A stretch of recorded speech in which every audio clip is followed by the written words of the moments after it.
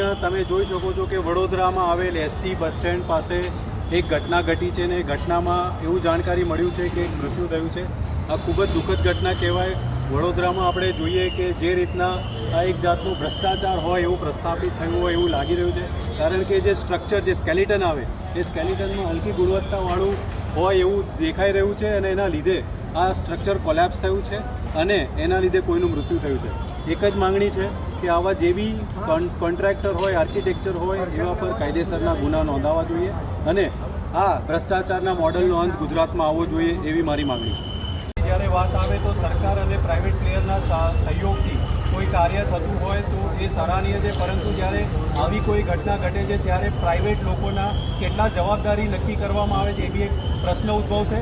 એટલે મારી તો એક જ માંગ છે કે સરકારને બી આની અંદર જવાબદાર ગણી, કારણ કે એ બી આમાં ભાગીદાર છે અને સરકારને બી પાર્ટી બનાવીને પોલીસે કેસ કરવા જોઈએ। પોલીસની પ્રાથમિક તપાસમાં જે મુસાફરનું મૃત્યુ નીપજ્યું છે જે અમદાવાદના છે અને આશરે 70 વર્ષનું કોઈ છે, શું આપ માનો છો કે એ જે મુસાફરનું અવસાન થયું છે એને સરકારે વળતર ચૂકવવું જોઈએ, કોર્પોરેશને વળતર ચૂકવવું જોઈએ, યા કંપનીએ જે બનાવનાર સ્ટ્રક્ચર બનાવનારે ચૂકવવું જોઈએ? શું કહેશો? આકસ્મિક મૃત્યુમાં સરકાર હંમેશા કોમ્પન્સેશન આપીને છૂટી જાય છે। એમાં જે મૃત્યુ પામે છે એમના પરિવારજનોને ખૂબ જ વેદના અનુભવતી હોય છે, પરંતુ આ વેદનાને જો ખરેખર વાચા આપવી હોય તો એવું સ્પષ્ટ છે કે જે બી ગુનેગારો છે, જે બી અહીંયાના ઓથોરિટી હોય, અહીંયા મેનેજર હોય, એ બધાને પાર્ટી બનાવી એના પર કાયદેસરની કાર્યવાહી થવી છે, કારણ કે રેગ્યુલર મેન્ટેનન્સની જવાબદારી બી અહીંયા પબ્લિક પ્રાઇવેટ પાર્ટનરશિપમાં કશે ને કશે મેનેજમેન્ટની આવે છે। વડોદરા સેન્ટ બસ સ્ટેન્ડ પાસે દુર્ઘટના, એકના મોતથી હલચલ, ભ્રષ્ટાચારના આક્ષેપો વચ્ચે તપાસની માંગ ઉઠી। વડોદરા શહેરમાં સેન્ટ બસ સ્ટેન્ડ નજીક બનેલી દુઃખદ ઘટનાએ સમગ્ર શહેરમાં ચકચાર મચાવી દીધી છે। મળતી માહિતી અનુસાર એક અચાનક બનેલી દુર્ઘટનામાં એક વ્યક્તિનું મોત નીપજ્યું છે, જેને કારણે સ્થાનિકોમાં ભારે રોષ અને દુઃખની લાગણી ફેલાઈ છે।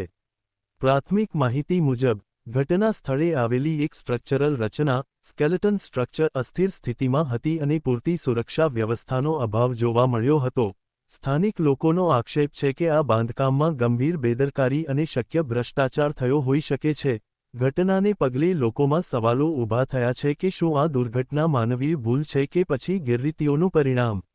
દ્રષ્ટા સાક્ષીઓ જણાવે છે કે ઘટના અચાનક બની હતી અને આસપાસ હાજર લોકો તરત જ બચાવ કામગીરીમાં લાગી ગયા હતા, છતાં ઇજાગ્રસ્ત વ્યક્તિને બચાવી શકાયા નહોતા અને હોસ્પિટલ પહોંચતા પહેલા જ તેનું મોત થયું હતું। આ બનાવ બાદ સ્થાનિક નાગરિકો, સામાજિક કાર્યકરો અને કેટલાક રાજકીય આગેવાનો દ્વારા તાત્કાલિક અને નિષ્પક્ષ તપાસની માંગ ઉઠાવવામાં આવી છે। ખાસ કરીને જે કોન્ટ્રાક્ટર અને આર્કિટેક્ટ આ બાંધકામ માટે જવાબદાર હતા, તેમની સામે કાયદેસર કાર્યવાહી કરવાની માંગ ઉગ્ર બની રહી છે। નાગરિકોનો આક્ષેપ છે કે જો બાંધકામમાં યોગ્ય ગુણવત્તા અને સલામતીના ધોરણોનું પાલન થયું હોત તો આ પ્રકારની દુર્ઘટના ટાળી શકાય તેમ હતી। તેઓએ આ ઘટનાને ભ્રષ્ટાચારનું જીવંત ઉદાહરણ ગણાવી સરકાર અને પ્રશાસન પાસે કડક પગલાં લેવા અપીલ કરી છે। આ વચ્ચે પ્રશાસન દ્વારા ઘટનાની નોંધ લઈ પ્રાથમિક તપાસ શરૂ કરવામાં આવી છે। અધિકારીઓનું કહેવું છે કે ઘટનાના તમામ પાસાઓની વિગતવાર તપાસ કરવામાં આવશે અને જો કોઈની બેદરકારી કે ગેરરીતિ સામે આવશે તો કડક કાયદેસર કાર્યવાહી કરવામાં આવશે।